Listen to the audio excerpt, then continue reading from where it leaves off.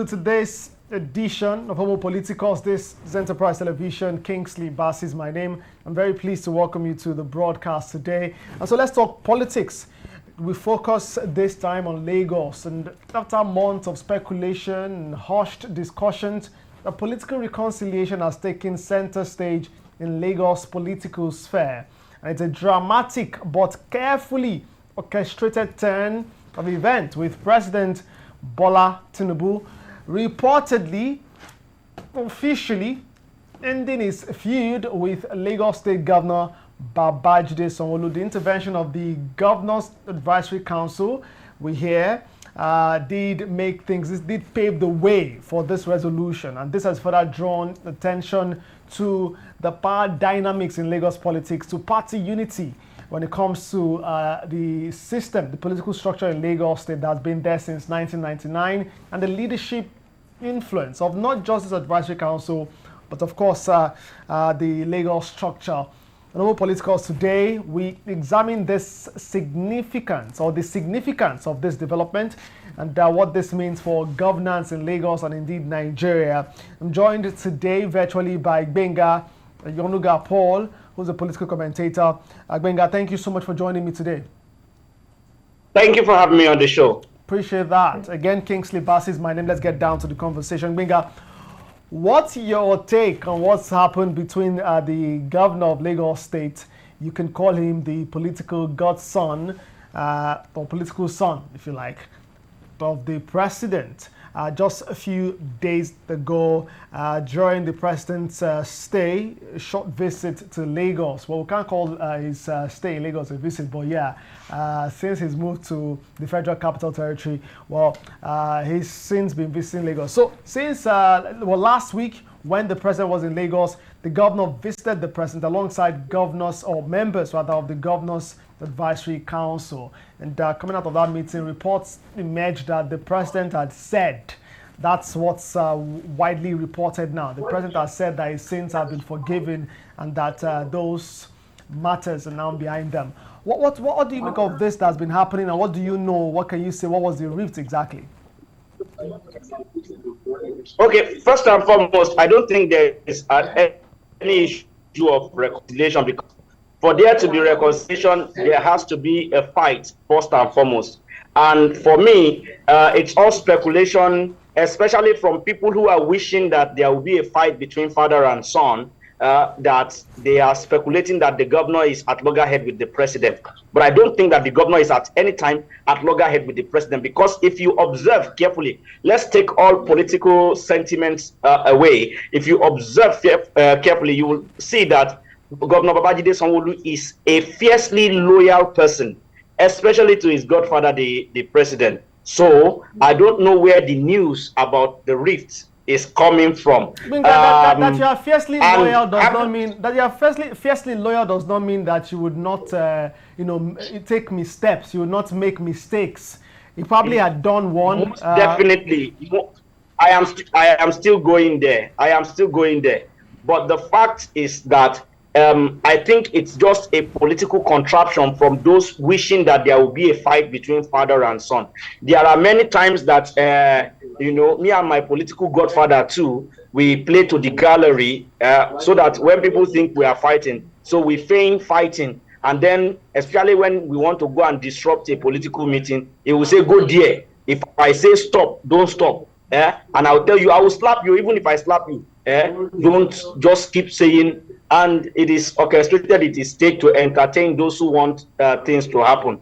So that on the one side. But let's entertain the, wish of those who think that there is a fight. Even if there is a fight, the tongue and the mouth always fight and they reconcile.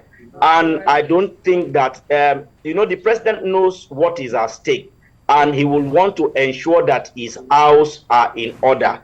And while Governor Babajide Sanwo-Olu is in his second term, he wants to finish strong. I mean, he did his first term so well that there was no opposition to his second term like we had in the previous time. So he won't want to spoil the good record that he has created. And people make mistakes. Let's agree that there was even a fight in the first place. People make mistakes. The father can make mistake, the son can make mistake. But once they whoever feels is in the wrong, even if you are not in the wrong as a son in Yoruba land, if the father offends the child, it is the child that will apologize. If the son offends the father, it is the child that will also apologize. That is Yoruba for you. And we are a people of culture, we are a people of respect, and we hold all these things in high esteem. So for me, I think it's a good one for Lagos State, so that they can keep on the track of this development trajectory that they've been on, to ensure that good things continue to roll into Lagos. You see that recently we just took delivery of some train to expand the blue rail, and there are other good things that we can maximize from we being the state that has the president now, and be able. I mean, you saw what Daura became during the sojourn of President Buhari in the presidency. What Katsina State as a whole became. So, if we are taking full advantage of this opportunity that has come to us, you shouldn't blame us. Oh, well, there are many persons that have, since even the media, there have been several speculations, about what this rift is about. You know, we saw the president during the commissioning of the deep sea port, Lekki deep sea port, speak about the fact that, you know, allocating lands or certain parts of the projects there needs to stop. And he did, you know, speak to the deputy governor, thanking him for being there and saying that, well, that should stop. They should work aligned with the federal government to ensure that they're on the same page. Well, very quickly, let's talk about, we might get back to this if time permits, but let's talk about some of the workings, happenings within the political sphere in Lagos State. Just yesterday, or so, the day before yesterday, we saw the movement of members of the People's Democratic Party from, of course, the People's Democratic Party to the All Progressives Congress, aligning with Jandor, the governorship candidate in 2023 of the PDP, leaving the PDP, especially the publicity secretary of the party, leaving to the All Progressives Congress. What does this say? Do you see that there's still anything remaining for the PDP in Lagos, or this is just the regular movement towards the electioneering period coming in just some months? Well, PDP has never stood a chance in Lagos. The only time when they stood a really big chance was when late Funsho Williams wanted to contest against Fashola. If he had contested, if he had not died, maybe the story we are saying today would be different.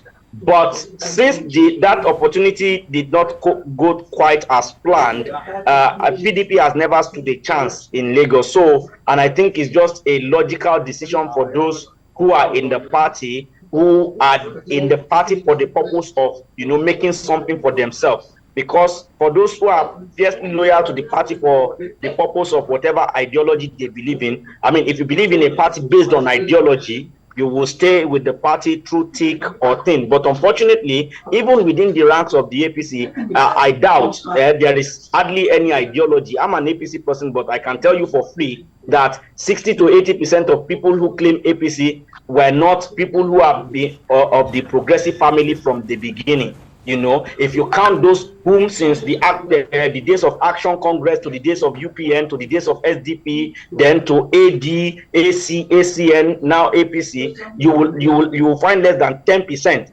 who stayed the course in one place. So there is hardly any ideology anywhere, and people who want to win will go. People who want to win will go where there is opportunity for them to win and do big things for themselves. We got two political speculations here. One, the fact that it looks like Jandor is playing his cards well towards 2027 to clinch the gubernatorial ticket for the All Progressives Congress in Lagos by moving gradually the puzzle, or what seemed to be the structure of PDP in the state. He's moved with the same movement he took from the All Progressives Congress to the PDP. He's moved them back now at the acclaimed grassroots movement. He's now, moving gradually with members of the PDP. That's one. The other side of this speculation is the fact that, some have started saying in the first place he moved to dismantle the structure, to disorganize the structure in the PDP, and then finally get them to defect to the party. What do you say? Do you think, what do you see happening here really towards 2027? I do not see Jandor in the play of things. First and foremost, I think the kudos goes to the president himself, who is a fiercely intelligent general who knows that he has to keep his camp, his house in order before thinking of the outside world. So while all over the country, he wants Lagos tight and well too. So whatever structure is putting in place to woo people to come to Lagos, I think the kudos for that should go to the president and not to any person. And concerning Jandors, I don't think Jandors stand a chance in governorship, because if you look at how the APC structure in Lagos State used to do, when Senator Musli Obanikoro defected to the PDP and he came back home, he did not stand a chance. And you see, Musli Obanikoro had so much clout, much more clout than Jandor. He came second with a very tiny margin between him and the APC candidate or ACN candidates of that time that won. But despite that, he didn't stand a chance of clinching the governorship ticket. So I don't see how a Jandor who came distant third will be able to clinch the ticket this time around in Lagos, because I don't think the trust will be there for the political leaders to say, we give you the mantle to go and represent us, and that matters a lot in the scheme of things. Yes, you might say Jandor went and destabilized PDP and came back. I don't think somebody sent him. For me, looking at it with my church mind, I don't think anybody sent him. I think he went and tried his luck so that he can gain more visibility within the rank and file of the APC, because if he did not do what he did within the rank and became famous, he may just remain a photographer or an essay to some commissioner somewhere, rather than now playing with the big boys. So I don't think anybody sent him to go and destabilize anywhere. I think he only played his card so that it can get more visibility.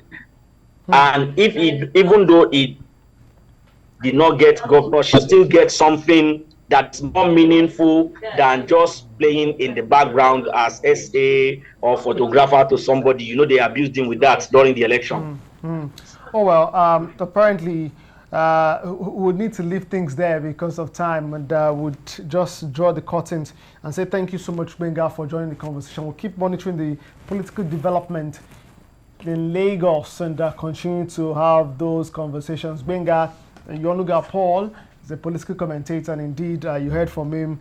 The way he puts it is the president of the All Progressives Congress. Well, we can say the member of the All Progressives Congress and one who understands the workings of politics in Lagos and indeed beyond Lagos. Benga, I'd like to thank you so much for your time today on the program.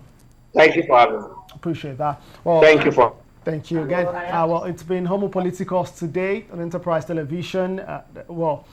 Until next time, but before then, stop by the comment section, let me know what you think, and continue to comment on several of our programs, and continue to watch Enterprise Television across social media platforms. Kingsley Bass is my name. Until next time, may God continue to bless the Federal Republic of Nigeria. Thank you.